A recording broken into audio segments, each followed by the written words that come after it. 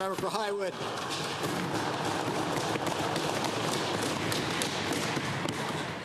Thank you, Mr. Speaker. On July 29th, mark that date, July 29th, I wrote the Health Minister about the lack of funding model for the Sheep River Nurse Practitioners Clinic in Okotoks. The Minister said to me, "I don't have time to meet with you. Go through your Shadow Minister." Okay, so on November 19th, the Shadow Minister, at my request, asked about this, to which the Minister said, "It's the first time I've heard of it." No. Oh, Minister, this clinic is in the process of shutting down because you've ignored your duties.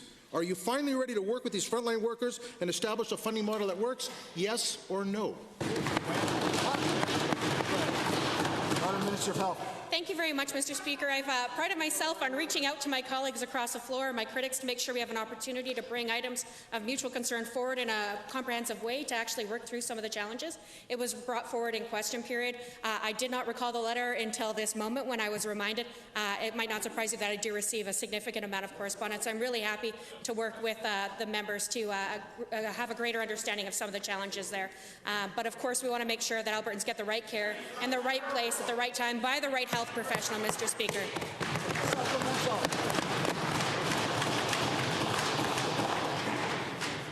Words are good, but we need some firm timelines, Minister. She's already kicked the can down the road twice, and now this facility is closing, and 1,800 people it serves are facing the lack of critical health care services. Given we've repeatedly reached out to the Minister, and considering time is of the essence, is the Minister prepared to do what she hasn't and sit down with the Sheep River nurse practitioners to find a solution today? Honourable Minister. Thank you, Mr. Speaker, and thank you to the member for the question. If he passes the phone number to me, I'll be happy to find a time to call them. My schedule is very busy, but I will make sure I don't go to bed until I reach out to them personally. If he will be so kind to send the number. Well,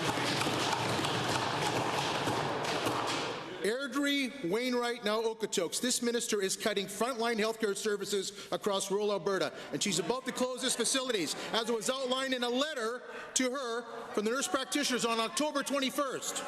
Given this makes 3 times now I've asked the minister to sit down to do her job, and considering she's not ready to commit, can the minister explain to the people of Okotoks why she ignored them for 6 months?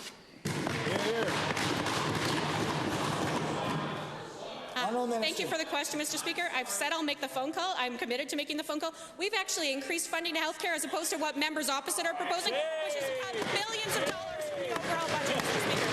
So I find the irony of the fact that people spend their days telling us how bad we are for spending on essential frontline services like health care, and at the same time criticizing us for doing so. Astounding, Mr. Speaker. But I personally will reach out to the affected parties should the member follow up with the phone number today, Mr. Speaker.